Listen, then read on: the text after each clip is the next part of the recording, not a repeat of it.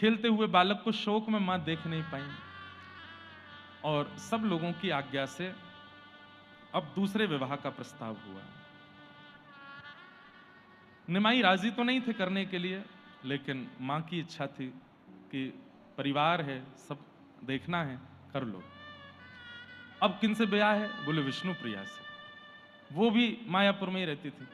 विष्णु प्रिया जी जो हैं ये निमाई जी से 10 साल छोटी हैं। मतलब अब निमाई की आयु 20 वर्ष की है और विष्णु प्रिया जो हैं वो 10 वर्ष की हैं, 10 साल छोटी हैं। और उससे भी ज्यादा आश्चर्य की बात कि जब विष्णु प्रिया का जन्म हुआ था तो निमाई उनके घर पर भोजन करने गए थे। तो निमाई का तो यही था, अपने ग्वाल बालों के साथ जितने भी मायापुर में बालक होते सबके यहाँ जाते, सबके यहाँ जाकर के खूब उछल कूद करके आनंद करते, ओह नया बालक आया है हमारे नगर में। आज विष्णु प्रिया जी से आपका विवाह हुआ और विवाह के बाद सब आनंद चल रहा था। 3 महीने हुए विवाह को। तब एक दिन आप सोच में चिंतन में बैठे थे, विद्यार्थियों को पढ़ाते थे विद्यालय में, बहुत विद्वान थे और बस छोटा सा बस ये क्रम चल रहा था। एक दिन बैठे बैठे आप अचानक से सोचना, हाँ एक बात मैं बताना भूल गया कि आपका जब यज्ञोपवीत संस्कार हुआ था 11 वर्ष की अवस्था में, उसके कुछ दिन बाद ही आपके पिताजी जगन्नाथ मिश्र जी का भगवत धाम गमन हो गया था। तो आज निमाई सोचने लगे, मां पिताजी को गए हुए इतने वर्ष हो गए, मैं अब गया जी जाके उनका श्राद्ध कराऊं। तो सच्ची मां बोली, अभी ब्याह को 3 महीने हुए और लोक परंपरा कहती है कि ब्याह के 1 वर्ष तक कोई व्रत नहीं, नियम नहीं, धाम नहीं, ऐसा नियम है कि नहीं करना चाहिए, मत करो। बोले मां अब ये सब तो लोक परंपरा की बात है, लेकिन मैं पिता की आज्ञा का कैसे उल्लंघन करूं? वो कह के गए थे कि मेरा ज्ञा में श्राद्ध करना, अब गृहस्थाश्रम तो चलता रहेगा, मां मुझे आज्ञा दो।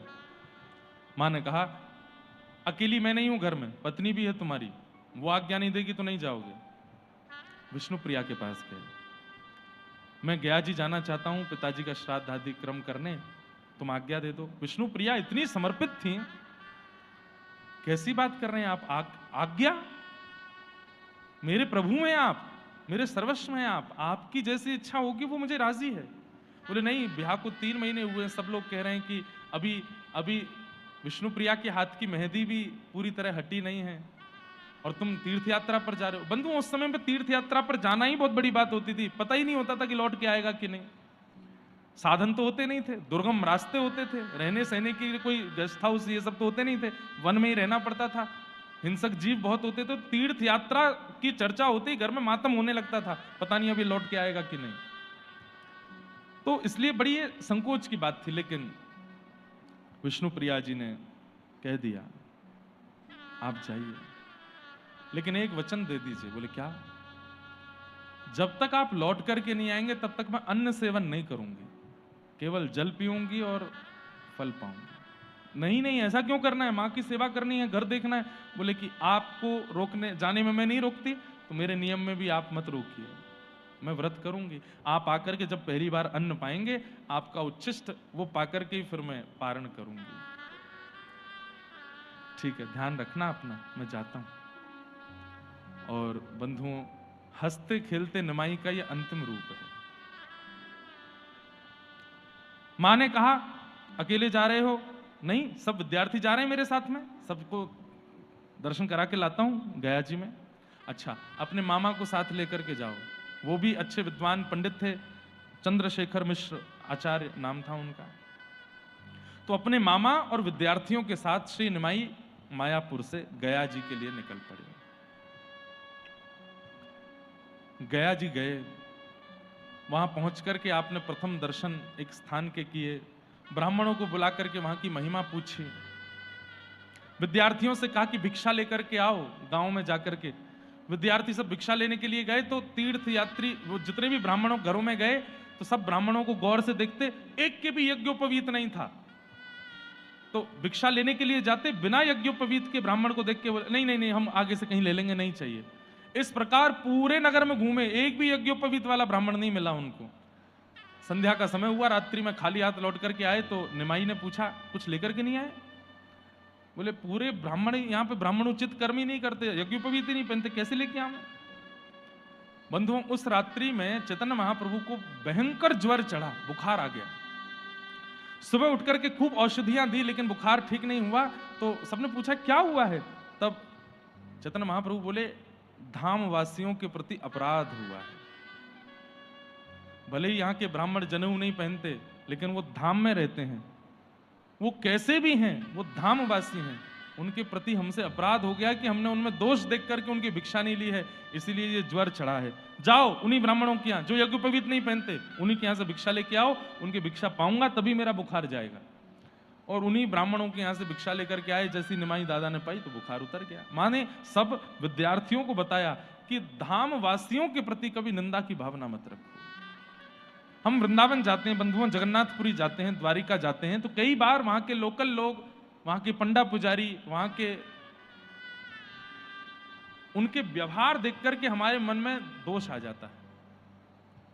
देखिए, व्यवहार उचित करना ये उनका दायित्व है, लेकिन वो नहीं कर रहे हैं, मन में पीड़ा तो होती है, लेकिन फिर भी दोष मत देखो। वो भी एक धाम के प्रति अपराध हो जाता है।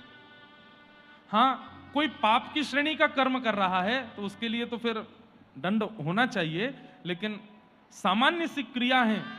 और हम लोग बहुत उम्मीद रख के जाते हैं, वृंदावन जा रहे हैं तो वृंदावनवासी ऐसे होंगे, वृंदावन के ब्रजवासी ऐसे होंगे, वहां के ब्राह्मण ऐसे होंगे, और जाकर के हमको वैसा नहीं मिलता है तो हमारे मन में दोष आ जाता है।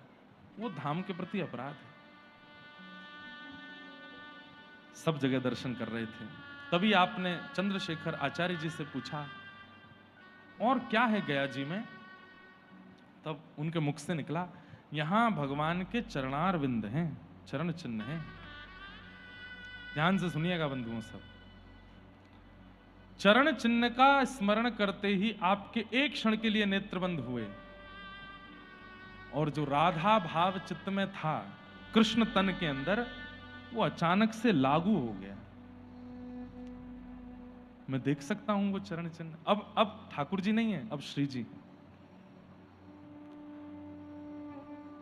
वो चरण चिन्ह दिख सकते हैं मुझे। हाँ, वहां सब जाते हैं ना दर्शन करने, चलो। गया सर, आज भी वहां चरण चिन्ह है भगवान के। कथा लगभग सबको पता होगी। एक राक्षस था, वो बढ़ता ही जा रहा था, बढ़ता ही जा रहा था, बढ़ता ही जा रहा था। देवताओं ने कहा कि ये कुछ समय में स्वर्ग लोक तक आ जाएगा, इसको रोकिए। भगवान ने कहा तुम सारे देवता इसके ऊपर चढ़ जाओ, इसकी गति को रोको। नहीं रुके, स्वर्ग लोक पार करके उसकी हाइट जो थी बढ़ती जा रही थी। तब अंततो गत्वा भगवान को अपना चरण उसके सिर पर रखना पड़ा। जैसे ही चरण रखे पुनः समाप्त हो गया, और पूरे गया क्षेत्र में उसका शरीर ही विलीन हो गया। तुरंत उसने भगवान के चरणों को प्रणाम करके कहा कि नाथ, मैं यही चाहता था कि आप बस अपना चरण पधरा दीजिए।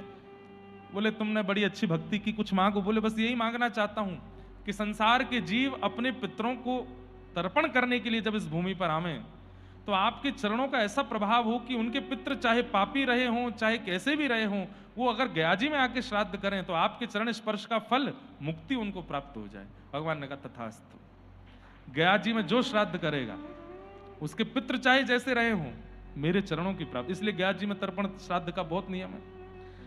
लेकिन निमाई बोले मैं देख सकता हूं चरण। एक शिला, उस शिला पर चरण चिन्ह है। अब ठाकुर जी नहीं है, अब चैतन्य के अंदर किशोरी जी। और कौन सी किशोरी जी? कृष्ण व्रज त्याग करके गए हैं, उसके बाद की जो किशोरी जी हैं वो है। और जैसे ही जाकर के चरण चिन्ह देखे हैं, आपके नेत्रों से अश्रु प्रकट हो गए। हजारों लोग वहां दर्शन कर रहे थे।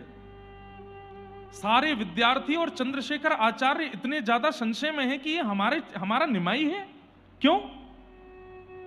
हे हरि मधुसूदन माधव मुरारी, आप कहां चले गए? और ऐसा कहकर के दौड़ करके आप गए और भगवान के श्री चरणों से जाकर के लिपट गए। उन चरण चिन्ह के एक एक अंग को लेकर के अपने माथे से लगाते हैं, हृदय से लगाते हैं, नेत्रों से लगाते हैं। मेरे श्याम सुंदर कहां हो? मुझे अकेला छोड़ के क्यों चले गए आप? हम ब्रजवासियों ने क्या प्रेम में कमी छोड़ी? आप तो कहते थे किशोरी जी आप मुझे प्राणों से प्यारी हो, फिर क्यों चले गए छोड़ करके? ऐसी वार्ता करने लगे कि वहां खड़े सब आश्चर्यचकित, ये क्या हो रहा है? विद्यार्थी जाते हैं, निमाई गुरुजी निमाई गुरुजी जैसे स्पर्श करते हैं तो स्पर्श करते ही उन विद्यार्थियों को जैसे मानो कोई कोई कोई एक करंट जैसा लग जाता हो, तुरंत दूर हो जाते हैं। चंद्रशेखर आचार्य बोले क्या हुआ? बोले पता नहीं, एक अजीब प्रकार की ऊर्जा इनके चित्त से आ रही है। आप रुदन करने लगे। अच्छा उस वृक्ष के पीछे हो? तुरंत दौड़ करके उस वृक्ष के पीछे जाते हैं और वहां जाकर के देखते हैं, नहीं मिलते। ऐसी बावड़ी जैसी स्थिति हो गई, और ऐसी स्थिति कभी किसी ने नहीं देखी थी निमाई की। क्यों? गोपी भाव, राधा भाव अब प्रकट हो रहा है। और बंधुओं, चैतन्य चरित्र यदि आप सुन रहे हैं तो चैतन्य महाप्रभु की स्थिति को आप यही समझिएगा कि लाखों ब्रजवासी, यशोदा मैया, नंद बाबा और किशोरी जी एक साथ एक रूप में आ गए। चैतन्य की स्थिति सुनकर के आप अनुमान लगा लीजिएगा कि ब्रजवासियों की स्थिति क्या है। वृक्ष पर नहीं है। अरे वो पर्वत गिरिराज जी है ना, वहां होंगे, वहां गैया चरा रहे होंगे। दौड़ करके निमाई वहां की ओर दौड़े। अरे वो गिरिराज जी नहीं है, ये गया जी हैं। नहीं वो गिरिराज हैं, वहां गैया है, वहां पे कृष्ण खड़े हैं, वहां पे सब मधुमंगल सीता में सब खड़े हैं, मेरी बात निहार रहे होंगे। मैं जाती हूँ ना, रास करेंगे मेरे साथ। दौड़ करके वहां जाते हैं, सब रोकते हैं, अरे निमाई ये गया है, ये वृंदावन नहीं है। फिर दौड़ करके वापस आते हैं, फिर चरणों को आकर के देखने लगते हैं, रोने लगते हैं, श्याम सुंदर कहां हो, आ जाओ ना। स्थिति ऐसी हुई कि आसपास के पत्थरों से जाकर के टकराने लगे, रक्त मंडित हो गया शरीर। निकुंज में बैठी हुई किशोरी जी रुदन कर रही है। मैंने कहा था नहीं सह पाएंगे आप, क्यों मांगा मेरा हृदय मुझसे? मैं बोल रही थी, ये मैं थी जो सह गई उस विरह को। श्याम सुंदर आप नहीं सह पाओगे। आज कृष्ण अपने ही विरह में व्याकुल है। कृष्ण व्रत छोड़ करके गए हैं तो क्या स्थिति ब्रजवासियों की हुई, आज उस स्थिति का अनुभव स्वयं कृष्ण कर रहे हैं। तभी वहां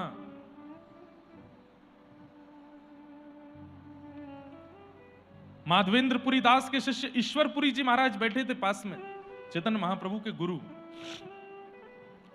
उन्होंने जब देखा ये क्या कोलाहल हो रहा है, इतनी भागदौड़ हो रही है, लोग चिल्ला रहे हैं, क्या बात है, तभी आकर के देखा तो निमाई की तन की स्थिति बता रहे हैं। सर से पैर तक कितने घाव हुए। क्यों? कृष्ण विरह में कभी इधर गिरते हैं, कभी उधर गिरते हैं, कभी किसी पत्थर से टकरा जाते हैं, और बालक आदि सब थरथर कांप रहे हैं अपने गुरु को इस अवस्था में देख के। और चंद्रशेखर जी तो समझ ही नहीं पा रहे, कोई प्रेत आ गया है, किसी ने जादू कर दिया, ये हो क्या गया है इसको। बंधुओं, हमारे शरीर में जितने भी हड्डियों के जॉइंट्स हैं ना, सारे जोड़ों से हड्डियां अलग हो चुकी हैं, ऊपर चढ़ चुकी हैं एक दूसरे के, ऐसे तन की स्थिति हो गई है। और बस रो रहे हैं, हा गोविंद, हा माधव, हा मधुसूदन, हा केशव, हा मुरारी, हे प्राणनाथ, हे प्रियतम, कहां हो?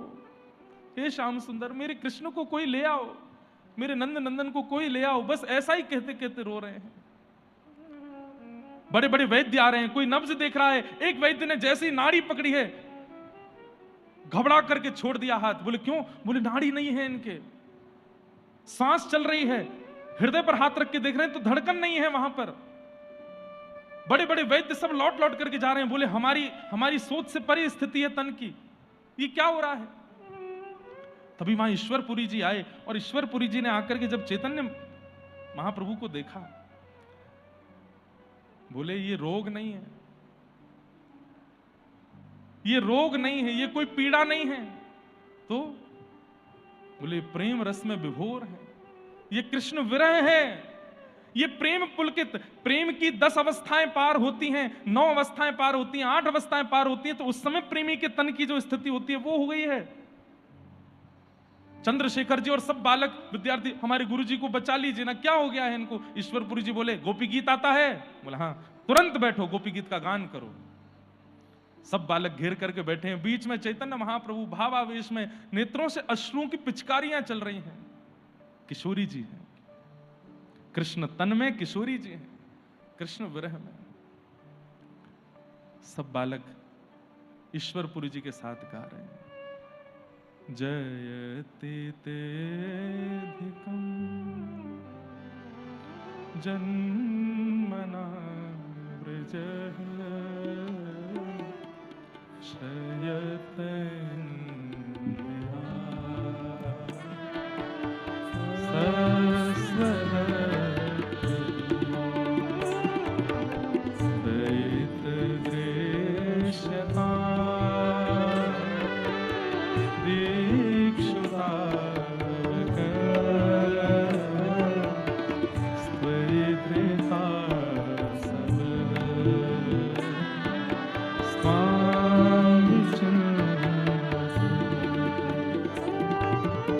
कृष्ण विरह में गोपियां जो 5000 वर्ष पहले गा रही थी, आज वो लाखों गोपियां एक तन के अंदर आ गई हैं।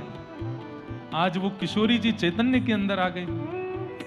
लाखों वर्ष पहले गोपियों ने जो गीत गाया था, आज वही गीत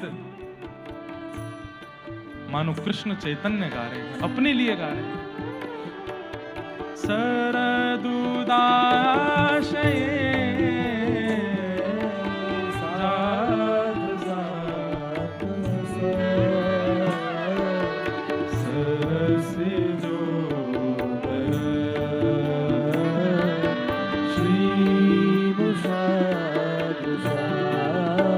और जैसे जैसे वो बालक गा रहे हैं, चैतन्य खड़े होते जा रहे हैं। सूरनाथ ते अशुल्क दासिका वरद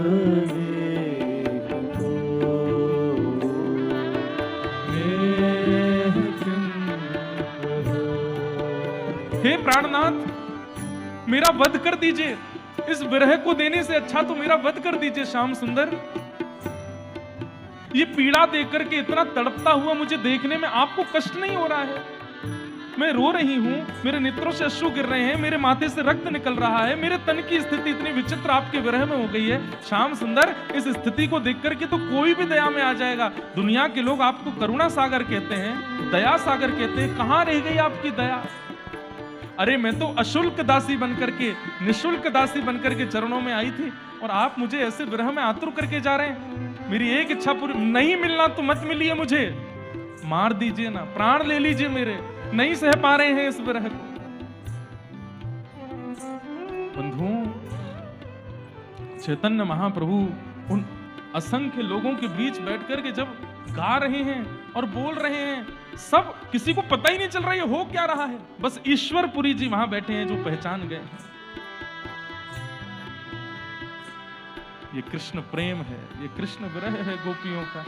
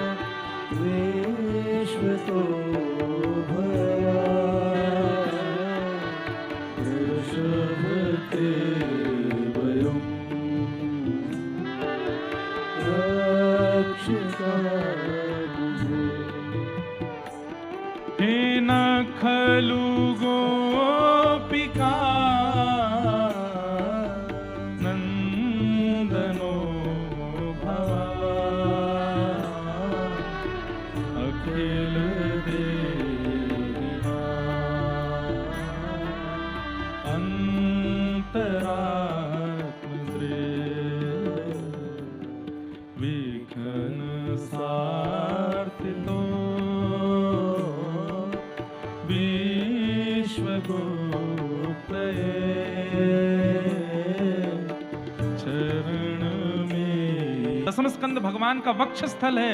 उस दसम स्कंद का ये रास पंचाध्यायी भगवान के पंच प्राण हैं, और रास पंचाध्यायी का गोपी गीत भगवान का हृदय है, कृष्ण को बहुत प्रिय है। अगर कोई सजल नेत्रों से गोपी गीत गा देता है ना, ठाकुर जी नक्की कर लेते हैं कि इसको मिलना है, मुझे एक बार तो इसके पास जाना है। ये रो रहा है मेरे विरह में, गा लीजिए मेरे साथ। करसरो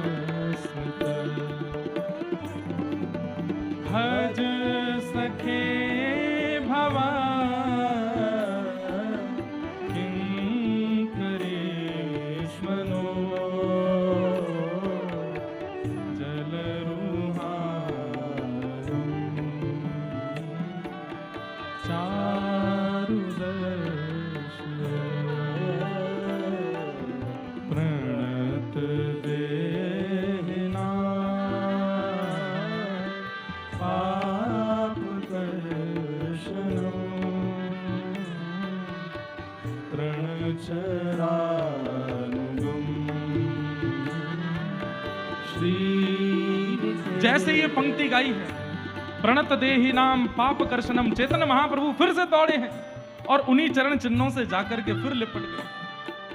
यही वो चरण चिन्ह हैं जो मन की पीड़ा को, विषादों को, तन की स्थिति को शांत करते हैं, अपने प्रत्येक अंग को स्पर्श करा रहे हैं। यहां भी जलन हो रही है श्याम सुंदर, यहां भी स्पर्श कर दो ना, यहां भी जलन हो रही है, यहां भी स्पर्श कर दो ना, यहां भी जल रहा है श्याम सुंदर, यहां भी स्पर्श करो ना। अपने सर्वांगीण अंग का उन चरण चिन्हों से स्पर्श करा रहे हैं। प्रणत देहि नाम पाप कर्षणम,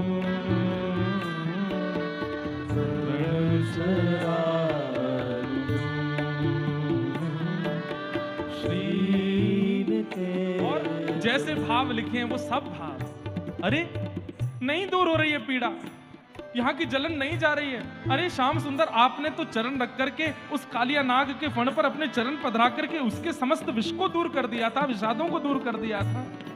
मैं ऐसी अभागिन हूं कि आपके चरण स्पर्श से मेरी पीड़ा दूर नहीं हो रही। फणी फणार्पितम ते पदाम्बुजम कृणुकुचे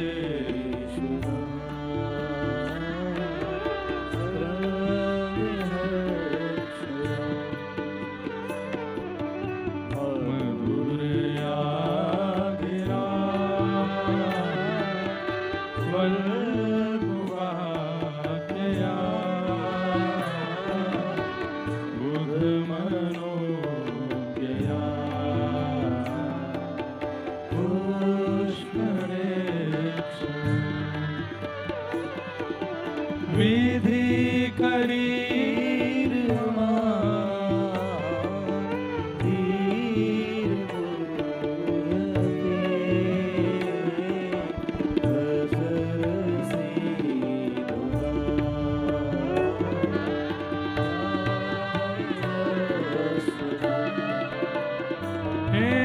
तब कथामृतम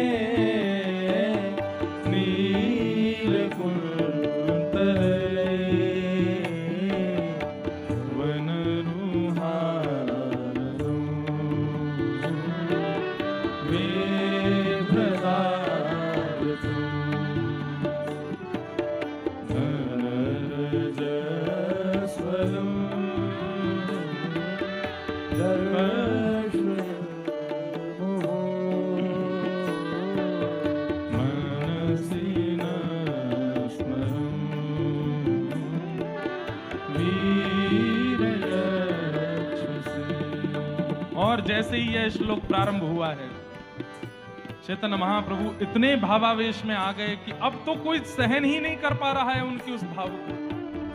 प्रणत कामदं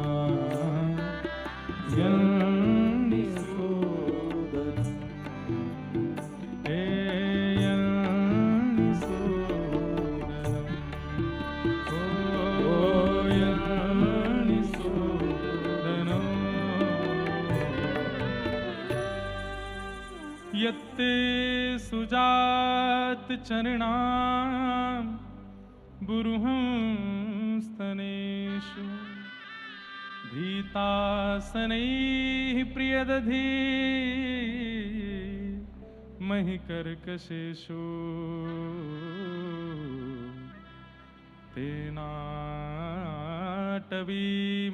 तत् व्यथतेन किंस्वे पूर्वादिभिः भ्रमतिधे भवदायुषान्। गोपी गीत का गान किया और जैसे ही गोपी गीत का गान करके ईश्वरपुरी जी ने कहा आगे का श्लोक गाओ जिसमें ठाकुर जी प्रकट होते हैं, अगर इनको ठीक करना चाहते हो तो। इति गोप्य प्रगायन्तः प्रलपन्त्यश्च चित्रधारा रुरुदुः स्वस्वरं राजन् कृष्ण दर्शन लालसा। और जैसे ही गोपियों ने रोना प्रारंभ किया है, बालक वहां गा रहे हैं और ईश्वरपुरी जी उसकी व्याख्या कर रहे हैं। इतने में ही क्या हुआ है, ताशामाभिर्भूत सौरी स्मयमाय मुखाम्बुज पीतांबर श्रग्वी साक्षान मन्मथ मन्मथ। गोपियों का रुदन देख करके श्याम सुंदर पीतांबरी पहन करके प्रकट हो गए। जैसे ही ये बात कही है, चैतन्य महाप्रभु व्याकुल स्थिति में दौड़ने लगे। मेरे श्याम सुंदर आ गए, मेरे प्रियतम आ गए, और पास ही एक तमाल वृक्ष था, उससे जाकर के आलिंगन कर लिया और बस कह रहे हैं अब मुझे छोड़ के नहीं जाइएगा, अब मेरे पास रहिएगा। और ऐसा कहते कहते